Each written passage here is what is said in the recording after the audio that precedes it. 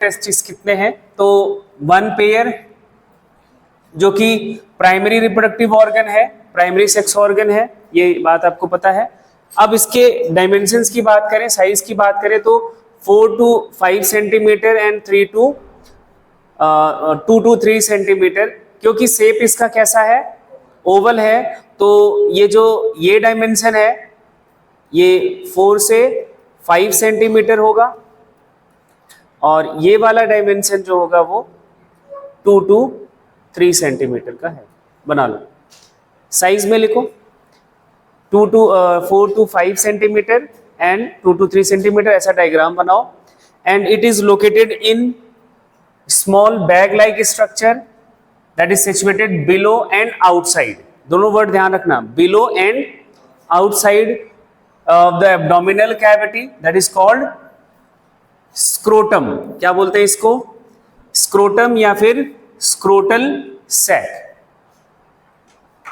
पहले आप लिखो साइज, फिर लिखो लोकेशन। ऐसे नहीं लिखना है स्टेटमेंट, साइज लिख लिया और उसके बाद लिखो लोकेशन। लोकेशन में लिखो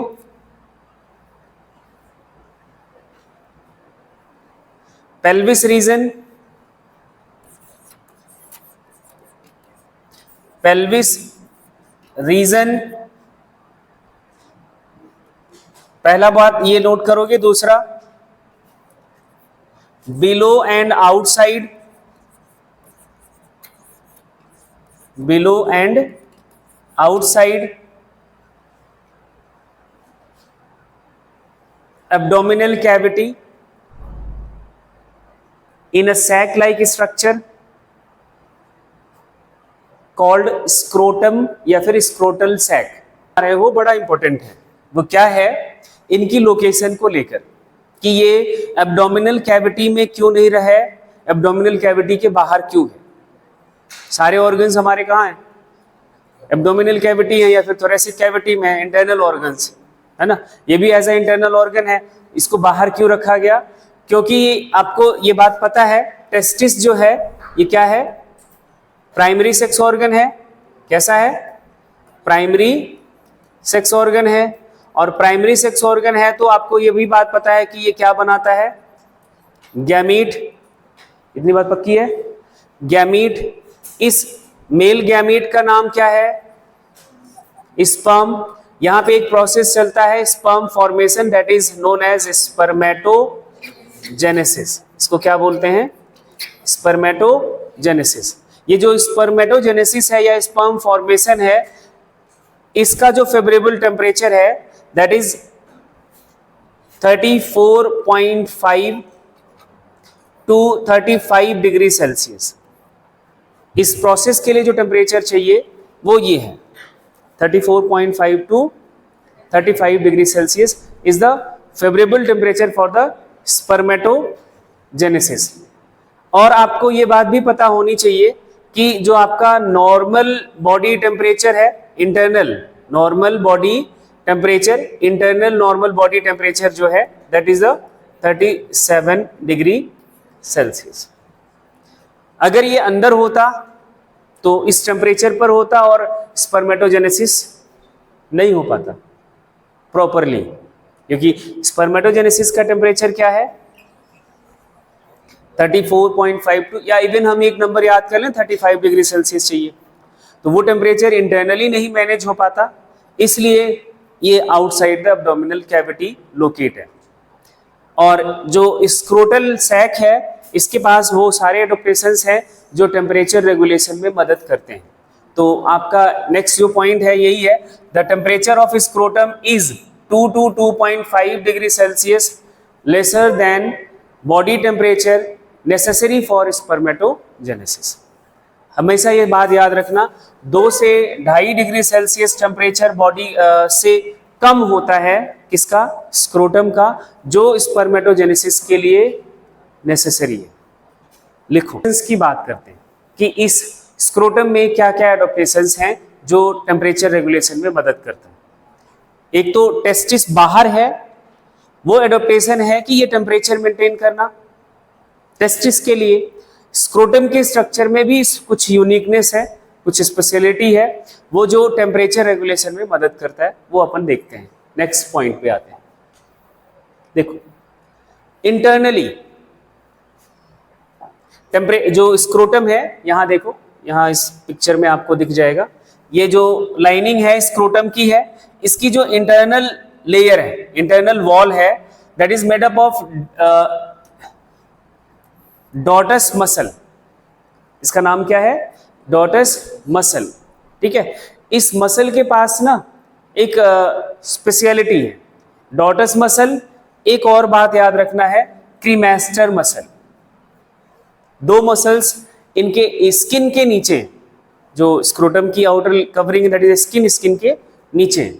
अब ये मसल्स करती क्या है? देखो internally scrotum is lined by dartos muscle and spermatic fascia. Dartos muscle का काम क्या है, इस बारे में समझनी है। ये डॉटस मसल जो है, ये हेल्प करता है regulation of the temperature with in scrotum.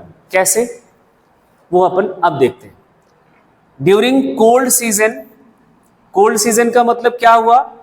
जो एटमॉस्फेयर है इसका टेम्परेचर बहुत कम होता है। बहुत कम का मतलब मैं मान लेता हूं 10 डिग्री सेल्सियस, इससे भी कम होता है ना विंटर्स में। और बॉडी का इंटरनल टेम्परेचर कितना आपको याद है? और क्योंकि ये आउटसाइड द बॉडी है तो इस टेम्परेचर के कांटेक्ट में है डायरेक्ट। अगर इस टेम्परेचर पे आया तो स्पर्मेटोजेनेसिस नहीं चले, ठीक से नहीं चलेगा। उस दौर में इसको अपना टेम्परेचर मेंटेन करना है टेस्टिस को, तो ये क्या करता है, ये मसल्स कॉन्ट्रैक्ट होती है और वो बॉडी के पास जाती है। कौन? टेस्टिस। टेस्ट कॉन्ट्रैक्ट होएगा तो जो टेस्टिस स्ट्रक्चर है वो बॉडी के बहुत पास चला जाएगा। ठीक है, and during contracted it become contracted. जब बॉडी के पास जाएगा तो बॉडी का जो टेम्परेचर है 37, वो रेगुलेशन में मदद करेगा। हीट ट्रांसफर होएगा ही, हमेशा हीट का ट्रांसफर होता है हायर टू लोअर। बाहर का टेम्परेचर बहुत कम है ना, और बहुत कम होने का मतलब ये है कि इसको हमें मेंटेन करना है। इंटरनल बॉडी टेम्परेचर 37 है, थोड़ी हीट यहाँ पे ट्रांसफर होके, मींस टेस्टिस के पास ट्रांसफर होके इसका टेम्परेचर मेंटेन कर सकती है, और इसलिए वो कॉन्ट्रैक्ट होकर बॉडी के बहुत पास रहता है ड्यूरिंग विंटर्स, क्योंकि एटमॉस्फेयर का टेम्परेचर बहुत कम है, उससे बचने के लिए। उसी का just opposite during warm season, गर्मियों के दौर में ये मसल्स बिल्कुल रिलैक्स्ड होएगा। जब रिलैक्स्ड होएगा तो ऑब्वियस सी बात है बॉडी से टेम्परेचर, बॉडी टेम्परेचर से या बॉडी के कांटेक्ट से दूर होएगा। और जो, क्योंकि बाहर का भी टेम्परेचर ज़्यादा है तो एयर चाहिए, एयरेशन चाहिए फॉर द कूलिंग, तो आपने पढ़ा है ना। तो ये वार्म कंडीशन में, वार्म सीजन में क्या इनका कंडीशन है, डॉटस मसल का, वो ध्यान रखना है। और विंटर्स में क्या रहता है वो ध्यान रखना है। ठीक है, अब उसके बाद देखो, इसीलिए इस बात को ही ध्यान में रखते हुए ना, इंडियन बॉडी में जहां भी देखोगे स्किन के नीचे एक आपकी एडिपोज टिश्यूज का लेयर है। पढ़ा था एनिमल टिश्यूज में एडिपोज टिश्यूज प्रेजेंट होती है, इसमें फैट स्टोर होता है, हर स्किन के नीचे होता है। यहां आप देखोगे तो जो टेस्टिस है, ये इधर भी स्किन है, स्किन के नीचे मसल्स हैं, एडिपोज टिश्यू गायब है। अगर याद हो तो एडिपोज टिश्यू का फंक्शन बताना जरा। फैट को स्टोर करता है, वो फैट का जो लेयर बनता है that act as a insulator, heat transfer को वो रोकता है। और इधर टेम्परेचर रेगुलेशन में अगर हीट ट्रांसफर ही नहीं हुआ तो कहाँ का रेगुलेशन? इधर स्किन के नीचे कोई एडिपोज टिश्यू नहीं होता, ये नोट करके लिखो। In scrotum adipose tissue is absent. Scrotum में एडिपोज टिश्यू नहीं। ये जो एब्डोमिनल कैविटी है, अगर हम यहां पे एक लाइन खींच लें, एब्डोमिनल कैविटी बंद हो जाएगी इधर से, that is a boundary line, close हो जाएगी। इस एब्डोमिनल कैविटी को क्रॉस करके ये टेस्टिस बाहर डिसेंड हुआ है, एब्डोमिनल कैविटी को क्रॉस करके डिसेंड हुआ है, दैट मींस, और फिर इसका वास्ट डिफरेंस है वो एब्डोमिनल कैविटी में जाता है, तो मतलब एक यहाँ पे कनेक्शन है scrotal sac and abdominal cavity के बीच एक कनेक्शन है। बात समझ आ रही है? अब इधर देखना, इस कनेक्शन को बोला जाता है स्पर्मेटिक कॉर्ड। क्या बोलते हैं? स्पर्मेटिक कॉर्ड बोला जाता है। ये जो टेस्टिस और या स्क्रोटम और एब्डोमिनल कैविटी का कनेक्शन है, या एक स्क्रोटम कॉर्ड, ये स्पर्मेटिक कॉर्ड तो उन सारे स्ट्रक्चर्स को बोलते हैं। इस पूरे कनेक्शन को इंग्विनल कैनाल बोलते हैं। इंग्विनल कैनाल बोलते हैं उस पूरे डक्ट, जो उस पूरे कनेक्शन को, इस कनेक्शन से पास करती है स्पर्मेटिक कॉर्ड।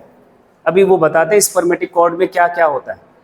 ठीक है, अब जरा सोचो, अगर टेस्टिस स्क्रोटम में है और यहां से वो अटैच ना हो, मींस स्किन से या स्क्रोटम की जो वॉल है उससे अटैच ना हो, तो वो कभी भी एब्डोमिनल कैविटी में जा सकता है और एब्डोमिनल कैविटी से मींस आना जाना चलेगा, है ना। इसी को रोकने के लिए इधर एक स्ट्रक्चर है फाइबर्स का। Each testis is attached to the wall of scrotum through a flexible fibre. Flexible fibre का एक ग्रुप होता है जिसे बोलते हैं गुबर्नैकुलम। ये सवाल बन चुका है, या इसको बोला जाता है मेसोर्चियम। इस वाले स्ट्रक्चर को गुबर्नैकुलम बोला जाता है या फिर मेसोर्चियम, जो टेस्टिस को स्क्रोटम की वॉल से अटैच रखता है। अब वो कहां नहीं जा सकता? Abdominal cavity. Each testis attach to the wall of abdominal cavity. Abdominal cavity से भी अटैच्ड होता है एक कॉर्ड लाइक स्ट्रक्चर से जिसका नाम है spermatic cord.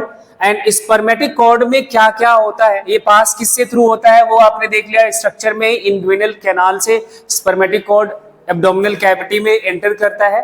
And this cord is made up of, अब आपका जो बात है वो आपको समझना है, it is made up of cremaster muscle, पहली बात। दूसरा, स्पर्मेटिक फोसिया। एंड स्पर्मेटिक मसल्स जो मदद करता है वो elevation of testis, testis elevate करे। जो स्क्रोटम का मसल पहले लूज होएगा, कॉन्ट्रैक्ट होएगा। अब टेस्टिस अगर यहां से अगर फ्री नहीं हुआ, इस मसल की मदद, क्रीमेस्टर मसल इसको खींच के ऊपर ही रखा, तो स्क्रोटम कितना भी नीचे चला जाए तो कोई फायदा नहीं। अगर स्क्रोटम की मसल्स लूज हो रही है, स्क्रोटम का मान लो कि वॉल्यूम इधर आ गया, तो ये क्रीमेस्टर मसल्स इसको एलिवेट करेगा यहां तक पहुंचाने में, इधर मूव कराने में। तो दोनों मसल्स का एक साथ रोल है इनके मूवमेंट में। एंड इनके कंटेंट क्या क्या होते हैं स्पर्मेटिक कॉर्ड के, वो देखना है। एक तो वास डिफरेंस है, पहला नाम आपने देख लिया, vas deferens. And gonadal veins होती हैं, जो गोनेड्स हम सेक्स ऑर्गन्स को बोलते हैं, प्राइमरी सेक्स ऑर्गन्स को बोलते हैं। जो गोनाइडल वेन है, आर्टरीज हैं, नर्व फाइबर्स हैं, एंड लिम्फेटिक सिस्टम की भी जो लिम्फेटिक वेसल्स होती हैं, ये सारे इसमें स्पर्मेटिक कॉर्ड में प्रेजेंट होते हैं। क्या क्या, फिर से एक बार spermatic cord is equal to करके लिखना। पहला cremaster muscle, spermatic fascia, plus करके लिखते जाओ। स्पर्मेटिक पहले क्रीमेस्टर मसल प्लस स्पर्मेटिक फोसिया,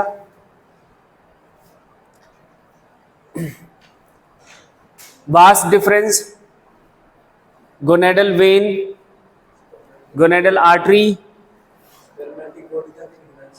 हाँ, spermatic cord is equal to cremaster muscle plus spermatic fascia, fascia actually, plus vas deferens plus gonadal veins plus gonadal arteries plus nerves plus lymph vessels.